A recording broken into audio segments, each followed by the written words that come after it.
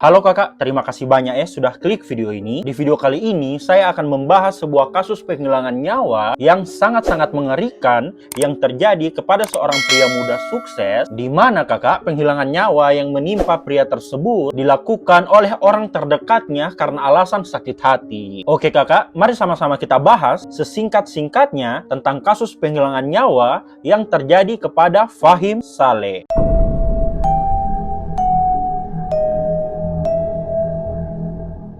Jadi kakak, Fahim Saleh sendiri lahir di Bangladesh pada tanggal 12 Desember 1986.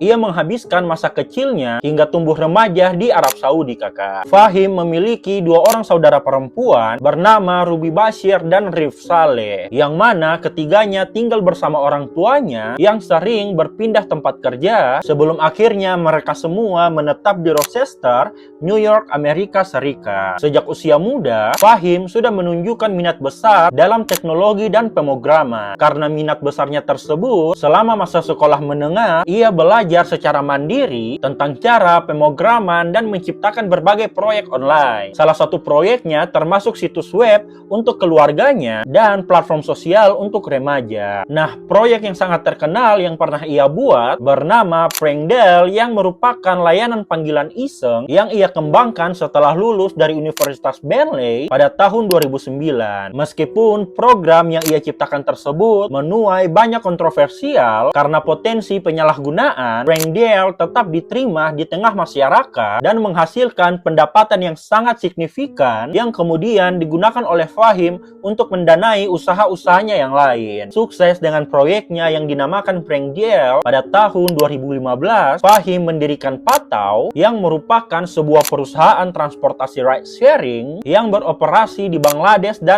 Nepal kakak. Perusahaan tersebut tumbuh begitu pesat dan pada tahun 2018 Patau berhasil menghasilkan pendapatan sebesar 100 juta dolar Amerika Serikat. Tidak berhenti sampai di situ, Fahim kembali melihat peluang yang serupa di Afrika. Ia kemudian mendirikan Gokada pada tahun 2018, yang mana kakak, Gokada sendiri adalah sebuah startup ojek online yang beroperasi di Nigeria yang kemudian berhasil menarik pendanaan jutaan dolar dan mendapatkan traksi signifikan di negara tersebut. Selain itu kakak, Fahim juga berinvestasi pada perusahaan yang bernama Pickup yang merupakan sebuah perusahaan ride sharing di Kolombia dan menjadi mitra pendiri Adventure Capital yang merupakan sebuah firma modal ventura yang berbasis di Manhattan. Teman-temannya menjuluki Fahim sebagai Elon Musk dari dunia berkembang karena visi dan dedikasinya dalam membawa teknologi ke negara-negara berkembang. Sukses di usia muda, ternyata Fahim tidak dapat menikmati harta kekayaan dari hasil kerja kerasnya sendiri karena kakak, Fahim ditemukan oleh saudara perempuannya sudah kehilangan nyawa pada tanggal 13 Juli 2020 di apartemennya di Lower East Side of Manhattan dengan kondisi sudah terpotong-potong kakak. Saudara perempuannya yang menemukan Fahim langsung menelpon 911 untuk melaporkan hal tersebut, dan beberapa menit setelah dihubungi, polisi tiba di apartemen Fahim. Polisi pun melakukan penyelidikan untuk mencari tahu kenapa Fahim dihilangkan nyawanya, dan tidak lama setelah mengecek apartemen dan kondisi tubuh Fahim, polisi membuat pernyataan bahwa Fahim dengan sengaja telah dihilangkan nyawanya dan yang menghilangkan nyawanya adalah orang terdekat. Hal tersebut polisi sampaikan setelah menemukan barang bukti berupa gergaji pemotong daging dan kantong plastik besar yang ditemukan di dekat jasad Fahim, yang mana kakak, polisi menduga bahwa kantong plastik besar tersebut akan digunakan oleh pelaku untuk memasukkan tubuh Fahim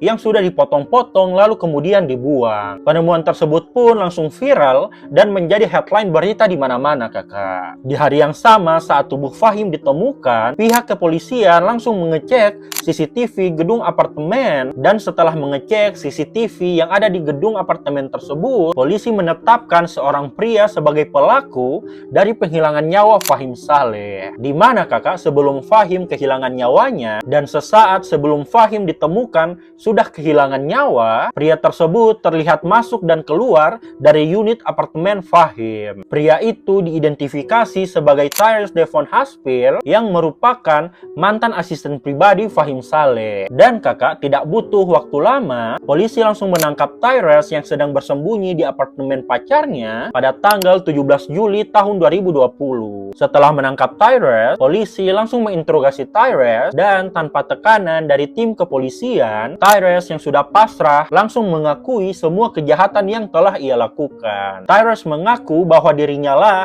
yang telah menghilangkan nyawa Fahim dan memotong-motong tubuh Fahim menjadi beberapa bagian. Kepada tim kepolisian, Tyrus menceritakan kronologi penghilangan nyawa yang ia lakukan kepada Fahim, kakak. Oke, kita masuk ke kronologinya. Jadi kakak, pada tanggal 12 Juli 2020, Tyrus bertemu dengan Fahim di sebuah restoran dekat apartemen Fahim pada pukul 9 malam. Yang mana kakak, di restoran tersebut mereka melakukan percakapan. Sampai di jam 01.00 dini hari, mereka berpindah tempat ke apartemen Fahim, yang mana saat itu sudah masuk ke tanggal 13 Juli 2020 ya kakak. Saat sedang di dalam lift, mereka berdua terlibat dalam sebuah percakapan ringan sampai ketika pintu lift terbuka, Fahim langsung keluar menuju unit apartemennya diikuti dengan Tyrus yang berada di belakang Fahim. Dan kakak, saat Fahim hendak membuka pintu apartemennya, secara tiba-tiba Tyrus mengeluarkan sebuah pistol kemudian menembak Fahim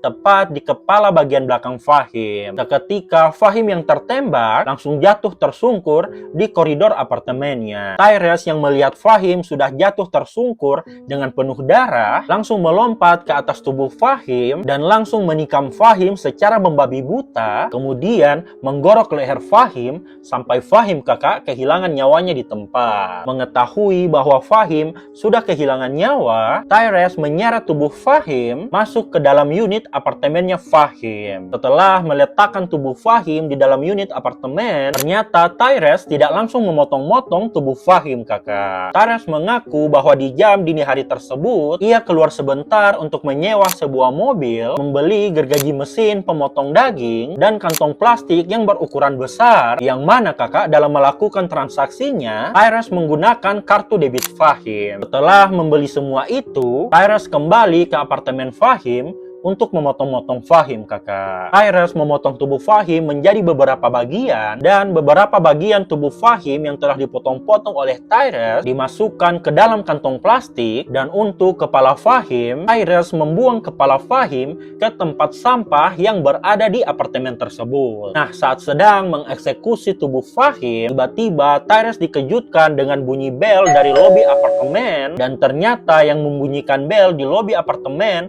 adalah saudara perempuan Fahim. Mengetahui hal tersebut, Tyrus yang belum selesai membersihkan mayat Fahim langsung kabur melalui tangga darurat yang ada di apartemen itu. Polisi yang mendapatkan informasi dari Tyrus tentang kronologi yang terjadi di hari itu langsung mencocokkan dengan bukti CCTV yang mereka dapat, di mana kakak setelah mencocokkan dengan barang bukti, semua yang dikatakan oleh Tyrus sesuai. Polisi pun kembali memberikan pertanyaan kepada Tyrus dengan menanyakan alasan Tyrus menghilangkan nyawa Fahim. Mendapatkan pertanyaan tersebut, Tyrus mengatakan bahwa alasan dirinya menghilangkan nyawa Fahim karena ia sakit hati telah dipecat oleh Fahim. Ia juga mengaku bahwa alasan lain kenapa dia menghilangkan nyawa Fahim karena ia mempunyai hutang kepada Fahim sebesar $90.000 kakak. Itu sebabnya dia menghilangkan nyawa Fahim agar hutang tersebut tidak perlu dibayar. Singkat cerita, hari persidangan pun tiba kakak, di mana persidangan yang diadakan pada tahun 2020 tersebut sempat ditunda karena COVID, dan pada bulan September 2024 setelah melalui proses persidangan yang begitu panjang, Tyrus dijatuhi hukuman 40 tahun penjara atas penghilangan nyawa berencana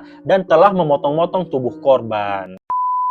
Nah, itu tadi kakak pembahasan singkat tentang kasus penghilangan nyawa yang terjadi kepada Fahim Saleh yang dilakukan oleh mantan asisten pribadinya. Bagaimana menurut kalian kakak? Kalau kakak tahu detail kasus penghilangan nyawa yang terjadi kepada Fahim Saleh yang belum saya bahas di video ini, kakak bisa komen di bawah, kita sharing-sharing tentang kasus penghilangan nyawa yang terjadi kepada Fahim Saleh. Dan kalau kakak pengen saya bahas kasus kriminal, kisah horor, atau apa saja yang saat ini sedang viral, kakak bisa juga komen di bawah request pembahasan menarik apa yang bisa saya bahas di video selanjutnya. See you!